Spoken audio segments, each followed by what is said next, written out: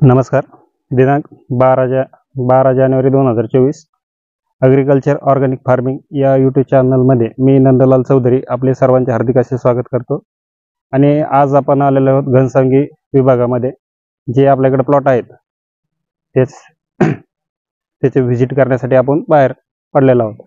तर plot visit करताना या प्लॉटमध्ये अशा या संदर्भात शूटिंग घेत आहोत की शेतकऱ्याला समजा चालू कंडिशनमध्ये समजा 1-1.5 महिन्यापूर्वी भरपूर असा पाऊस झाला की या पावसामुळे शेतकऱ्याचे मनस्थिती मनस्थिती होती की चालू वर्षी आपले बगीचे फेल जायचे चान्सेस जास्त असे शेतकऱ्याला वाटत होते. तर या परिस्थितीमध्ये सुद्धा आपण कशा प्रकारे बागाची हार्वेस्टिंग झाल्यानंतर आता जे आंब्याबहार कशा प्रकारे फुल सेटिंग आणि जे आता बारीक साईजमध्ये ज्वारीच्या आकारासारखे गुंडी सेटिंग झालेली आहे प्लॉटमध्ये, तर आपण त्याविषयी सर्वांना व्हिडिओच्या माध्यमातून दाखवणार आहोत.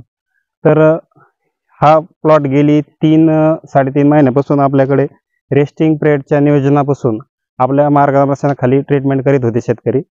आणि रेस्टिंग पिरियडचे काही स्प्रे असतील, काही ड्रिचिंग असतील, या प्लॉटसाठी 3 महिन्यापासून आपले करत आहेत शेतकरी. आणि रेस्टिंग पिरियडचे नियोजन झाल्यानंतर काही स्टोरेजच्या फवारण्या असतील, ह्या फवारण्या पण झाल्या. आणि अचानकमध्ये पाऊस झाला, सलग 3 दिवस पाऊस झाला. या पावसा ज्यावेळेस झालता त्यावेळेस शेतकऱ्याचे मला कॉल आलते की सर आता पाऊस तर भरपूर झाला, बागेतून पाणी बाहेर निघलंय आणि आपली बाग चालू वर्षी फेल जायचे चान्सेस याही शेतकऱ्याला वाटत होते. पण त्यांना सांगितलं तुम्ही घाबरून जायचं काही कारण नाही, मी सांगतोय त्या पद्धतीने तुम्ही फॉलो करा, तुमची बाग चांगल्या प्रकारे फुटेल. कारण की बाग फुटण्याचे चान्सेस तुमचे जमीन झाडामध्ये किती स्टोरेज आहे यावर अवलंबून असते.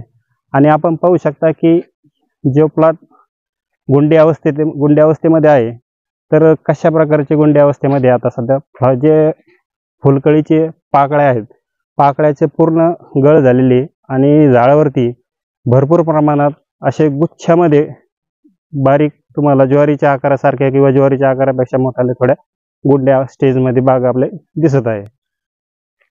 लीक जे प्रमाण काही परिसरामध्ये ज्यांनी बागेकडे समजा दुर्लक्ष केलं पाऊस पडल्यानंतर, त्यांच्या ज्या मोसंबीच्या बागा आहेत ह्या पूर्ण आगरी शूट ही त्याला लीक ही म्हणू शकतो आपण. आणि प्लस या बगीच्यामध्ये मृगमाल सुद्धा आहे. कमीत कमी मृगमाल एक 4 ते 5 टन माल निघेल. तर वाटेमागे पाहू शकता आपण की भरपूर असा मृगमाल लागलेला आहे. आणखी ह्या झाडाला जे फुलकळी निघायची बाकी आहे. आता ज्यावेळेस आपण पाण्याचं नियोजन वाढवणार आहोत त्यावेळेस हे झाड पूर्ण निघून येईल. आणि आता इथून पुढचं जे आतापर्यंत जे वातावरण तयार होत होतं पूर्ण मागच्या वर्षीही आणि गेली 2 वर्षातही या प्रकारचं खराब वातावरण 2 वर्षातही झालेलं नाही. कारण की एक 15 दिवस 20 दिवस क्लिअर वातावरण राहतंय, परत ढगाळ वातावरण होतंय, पावसाचं वातावरण तयार होतंय आणि झाडावरती मावाचं प्रमाण जास्त अटॅक पडत असतं.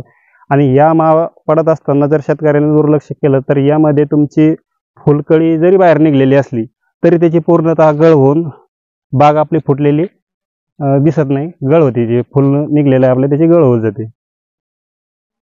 तर त्यासाठी शेतकऱ्यांनी लक्ष देऊन जे फुल स्टेजमध्ये असतील बागा त्यांनी लक्ष देऊन जर व्यवस्थित मार्गदर्शनाखाली काम केलं तर पूर्ण तुमची फुलकळीला काही इजा होणार नाही. आता या ज्या गुंड्या दिसत आहे याच्यातली आता ज्या शेतकऱ्यांचे समजा ही फुल स्टेज आली किंवा गुंडी स्टेजमध्ये असेल, पण यावरही काही उपाययोजना जर करत राहिलं, समजा व्यवस्थित लक्ष देत राहिलं, तर हे समजा जी फुलकळी म्हणा गुंडी म्हणा निघलेली याला टिकवणं सुद्धा फार महत्वाचं आहे. कारण की यामध्ये सुद्धा आता इथून पुढे टेम्परेचर वाढत जाणार आहे आणि जे वातावरणातील बदल आहे, वातावरणातील बदलामुळे सुद्धा तुमची गुंडीगळ फार होऊ शकते. जे शेतकऱ्यांचे समजा काहीचे कमी बागा फुटल्यात, काहीच्या मध्यम आहे, काहीचे 100%, आता हा भाग 100% गुंडी अवस्थेमध्ये आहे. तर यासाठी आता एकच करायचं आहे की जे वातावरण खराब होत आहे यामध्ये समजा पूर्ण मायक्रोन्यूट्रॉनची कमतरता न भासणे, गुंडीगळ कमी करायची.